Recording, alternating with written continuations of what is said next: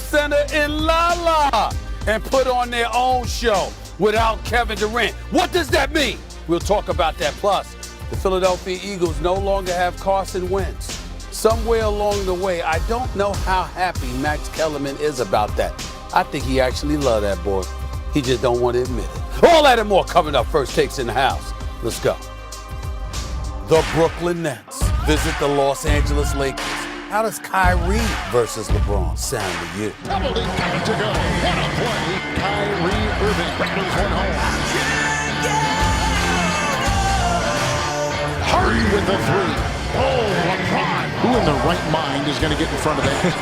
Harris, tough shot. Got it. Which is showing why he's one of the best shooters that we have on display. The Nets win their 5th consecutive game.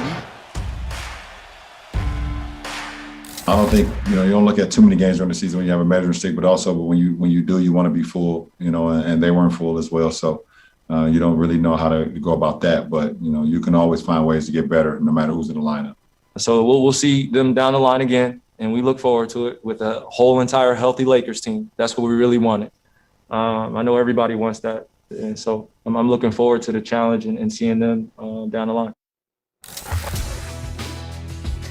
Brooklyn, stand up. You all see Kyrie, he even pulled the mask down because he had to make sure we all heard that message. Stephen A., Max, I'm Molly. Good morning, everybody. Welcome into Feel Good Friday here on First Take. Fellas, I'm into all of this. I mean, I know we didn't get to see both teams at full strength, but that was still something special, and we will at some point. You heard Kyrie, Brooklyn extending their win streak now to 5. Stephen A., what message did Mr. Irving send?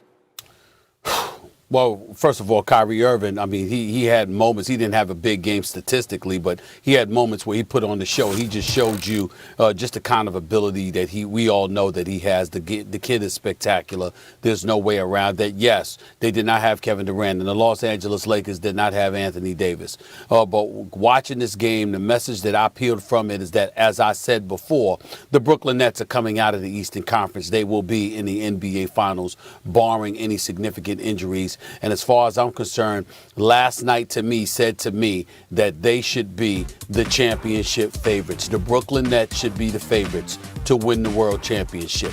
The questionable health of Anthony Davis, combined with the way the offense is playing, the fluidity, the distribution of the basketball, the Joe Harrises of the world in the starting lineup, the Jeff Green, how you could go small the way Brooklyn did last night.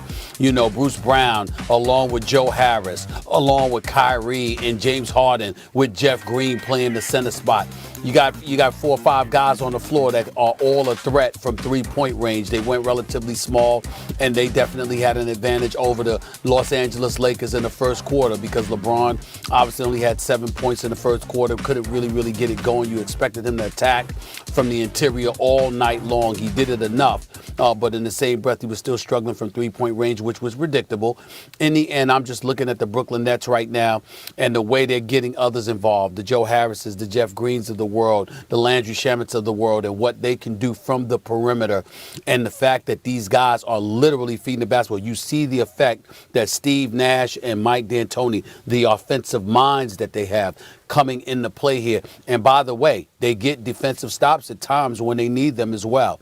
So I look at all of that, and I'm willing to declare here today that the Brooklyn Nets should be the favorites to win the chip. They should be the favorites to win it all. That's where I'm at right now. That's what I peeled from last night. The message that Kyrie and Harden sent to LeBron last night was real, recognize real. Game, recognize game.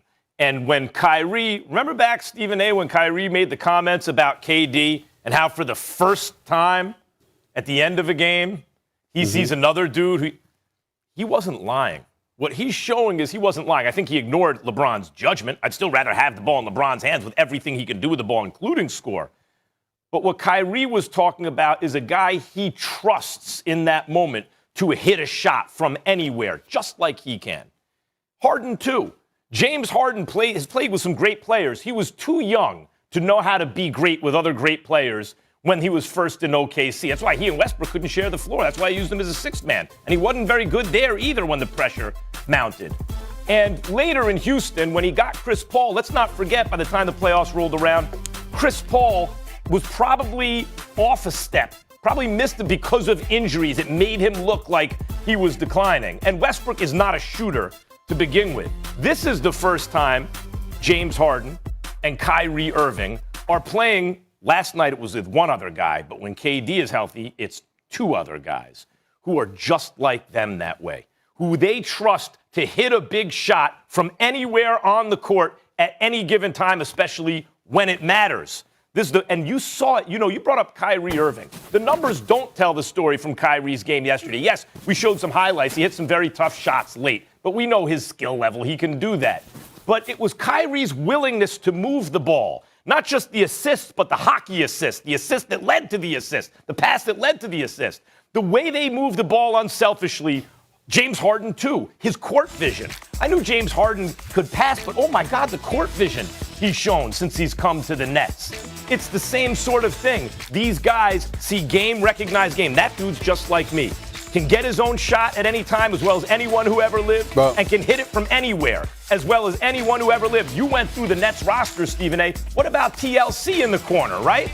Their guys are wide open because of these players' gravity and their unselfish play. And the message they sent to LeBron, of course, is we're coming, but it's because game, recognize game. They're playing unselfish basketball. Well, I just disagree with you. I think that's engagement and hyperbole, and it's unnecessary because the fact of the matter is that LeBron James, who doesn't know that James Harden has game? Who doesn't know that Kyrie Irving has game? LeBron knows it because Kyrie helped to win the championship. So to me, that's nothing new. What's new to me is the players that are making a contribution.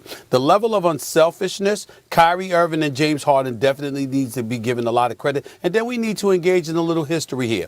When James Harden was in Oklahoma City, although he was relatively young, you had people who believed that he was a better point guard than Russell Westbrook. Not a better overall talent because we didn't see the scoring machine that James Harden would ultimately become in Houston, but they actually thought that he was a better point guard, that he made better decisions at the point guard spot, even when he was young and in Oklahoma City coming off the bench for the Thunder. So we understand that James Harden, it's not a surprise that he has that court vision. It's not a surprise that he has those point guard skills. The surprise was what he became offensively once he arrived in Houston as the number one option. In the case of Kyrie Irving, the level of unselfishness has to be applauded, but also it comes down to what these brothers are doing. TLC's making shots. Joe Harris hit 6 or 7 threes last night. Landry Shamet, he hit 2 or 3 threes. They are threats from the perimeter. You can put the Brooklyn Nets can actually go 8 or 9 deep. It's not just about the big three.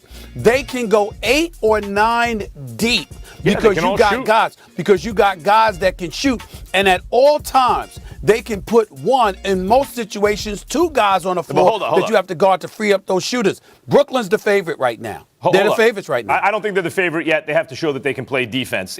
Although they've also showed you're going to have to outscore them. The Lakers are going to have to score 120, 130 points a game. There are teams in the NBA right now better than them because they play defense, including the Lakers and the Jazz. But what they did show is the Lakers are going to have to figure out where that 120, 130 is going to come from. Mm-hmm. But let me be very clear, Stephen A. The message they sent to LeBron is not we have game.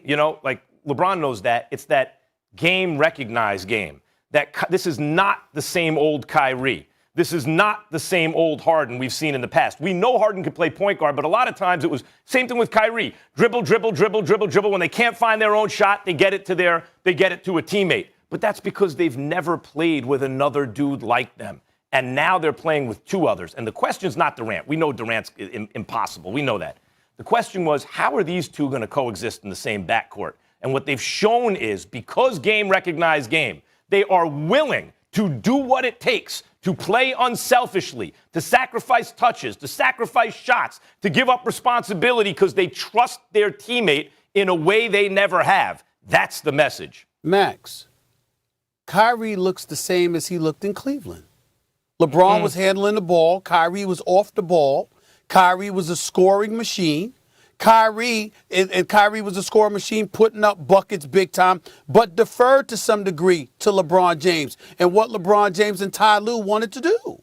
Now, James Harden's a little bit different, but Kyrie Irving is doing what he did in Cleveland. He didn't do it in Boston, but he did do it in Cleveland when they won a chip. to an extent, because he was a young guy on the way up who'd never won before, and he was playing with a player who people are arguing is the greatest of all time. And even then, we're starting to talk about, is he rival after the win against the Warriors at Oracle in 2016? Is he rivaling Michael Jordan? That's when Kyrie played with him as a young player. That's entirely different. Then since then, forcing his way out of town, not really being able to get along with others on the court in Boston because he played with good players but not great ones, and now showing up at this point and sharing a backcourt with Harden. That's a different